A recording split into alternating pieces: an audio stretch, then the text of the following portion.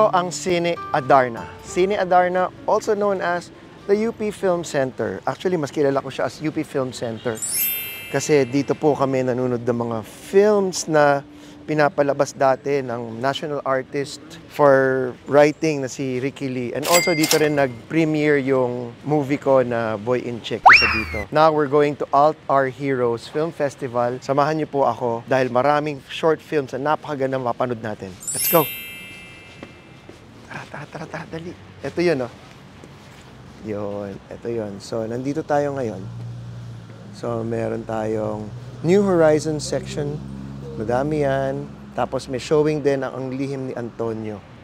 So ito yung film ni Direk J na sobrang ganda talaga. Kaya let's go! Ito ang UP Film Center. Dito rin pinalabas ang Boy in Check. Dito ko rin napanood ang Oro Plata Mata, Kailangan Kita, lahat ng mga Nora Honor, Himala, dito ko rin napanood. Madami ako napanood dito na napaka-memorable na mga movies. Dito naman, to my right, ito naman yung UP Theater. Dito namin ginawa ang Rama at Sita with Direk Rico Gutierrez. And of course, Ayan Munhi Laurel and Ariel Rivera, Lani Misalucha, Raymond Lauchenko, Jaya, dito namin ginawa. And katabi po nun, pag nilagpasan mo pa yon is Abelardo Hall. Doon naman ginagawa yung live aids. Kung saan talagang sa UP sa Mascom, nakikikulit ako. Sometimes I play as SM sales lady. Sometimes I play kung ano-ano talagang mga characters. Pero it's a comedy skit na namimiss ko na gawin. Pero alam mo, medyo natatakot na akong gawin kasi yung play namin na yon or yung variety show namin yon, medyo out of the box. Medyo out of this world. Medyo sometimes below the belt na yung mga lines. Dati hindi pa uso social media. Pero ngayon kung may gawin kaming ganon at mas-social media, nakakatakot na eh. Kaya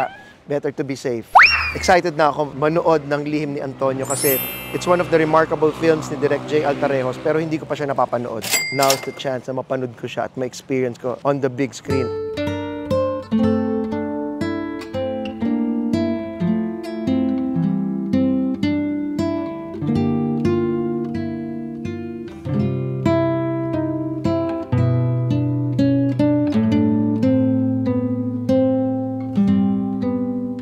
Charmaine Centenera, Buen Camino. Dati ko pa siya kilala, even nung wala pa ako sa UP. Diliman, nasa Los Baños pa lang ako. Alam ko na siya and alam ko na rin si Noni na pareho silang magaling. Kaya talagang I look up to them. Kaya nagulat ako nakasama ko sila sa Dulaang UP with Sir Tony. Yes. Mabesa. Was it frustration? Yung una, you mean? Yeah, or the last one? The first. It's possible, frustration. Frustration. Parang feeling of frustration. That was a year after I did M. Butterfly and nakasama ko si Charmaine Centenera and I'm like, ano to? Paano? And napanood ko siya. Paano ko makakasama si Charmaine Centenera? Siyempre, ang level ng acting ni Charmaine Centenera nandito. So parang, paano natin to anuhin? Salamat. Ito naman si Jay, na-meet ko through Jonathan. Oo, diba? Nagdidirect ka na ba nun? AD. AD kay? AD pa ako nun. Mga iba-iba. AD. Hindi pa siya nagdidirect. Nag-AD pa siya. Kasama ko Good rin. friends na kami nito. Oo. Nag-AD ka pala. Oo, nakatrabaho ko sila kaya noon. AD pa lang ako eh. Ngayon, kita nyo naman, may film festival na. Hindi naman, maliit lang. Kung saan-saan na pinapadala.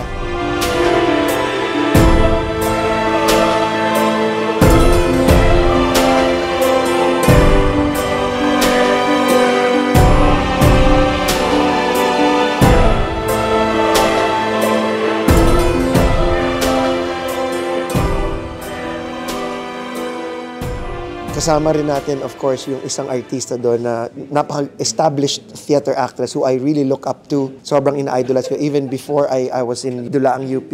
At ngayon, kasama ko siya ngayon. Pinanood niya after 16 years. Yung pelikulang nagawa niya, Lihim ni Antonio, she plays Tere, the mom.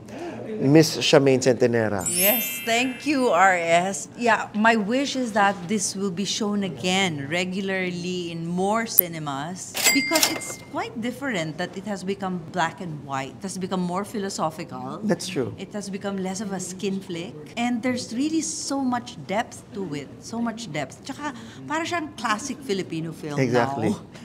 So proud of it. I'm so proud of Jake. Congratulations din sa inyo. Napakaganda nung ending scene na ginawa mo. Grand opera nga. Yun yung nangyari. So, ang request ko lang, gawin na rin natin black and white ng vlog ko.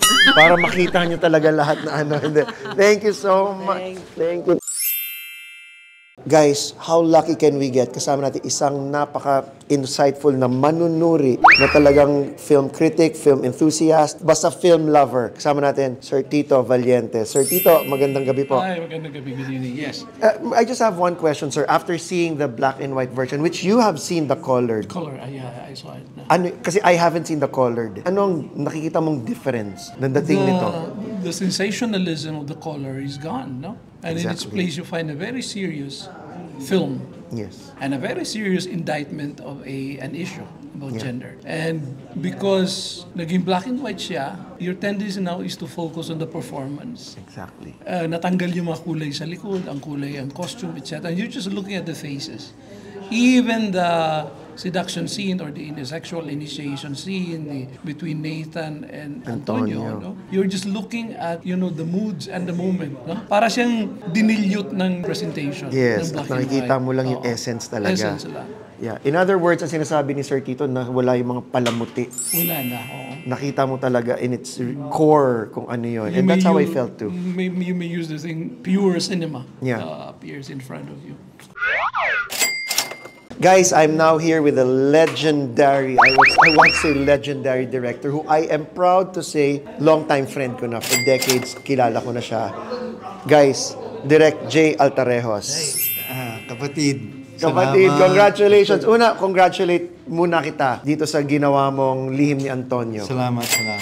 Direk, isang question lang to na gusto ko malaman. You're already iconic and really award-winning film na Lihim ni Antonio, which was shot 2008. Was done, of course, in color. And now, for 2024, ginawa po ni Direk J. Altarejos, ginawa po niyang black and white.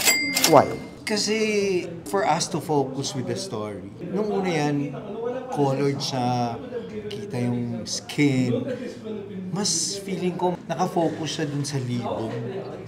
Parang ito stripped of other ornaments yung pelikula. So nakafocus ka sa story, nakafocus ka sa actor, sa performances. Ayun.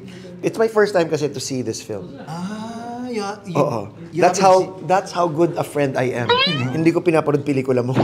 Hindi ko napanood yung time na yun. Pero talaga promise, that's why when he invited me to be part of this film festival at papanoodin ko yung Lihim ni Antonio na black and white, sabi ko, this is my chance to see this iconic film. And totoo nga, actually, nakita mo talaga yung mga emotions, nakita mo more yung relationships nila, nakita mo more yung dynamics, not just the actors, but even the environment na hindi ka nadidistract sa kulay. Yeah. So again, congratulations. Salamat. Direk J. Altarejos, grabe. Kakatapos lang ng showing ng Ang Lihim ni Antonio. It's a 2008 film done by, of course, Direk J. Altarejos. It's an iconic LGBTQIA++ film, which I wasn't able to see noong 2008 and the years after that. So when I was invited to become a jury dito sa kanyang film festival, na ipapalabas ang Lihim ni Antonio devoid of color. In other words, black and white niya ginawa.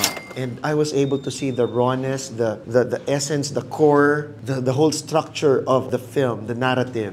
Grabe lang talaga si Sir Direk J. Altarejos. Sobrang galing. Kaya guys, maraming salamat. Sinamahan niyo ako ngayong gabi sa araw ko na to, sa bloodletting, dito sa Our Heroes Film Festival. At salamat sa lahat ng mga nanood. Please don't forget to subscribe here, there, and everywhere. Kung di ka pa nagsusubscribe, guys, I hope makasama ko kayong lahat. Okay? Thank you so much. And again, see you soon. Bye!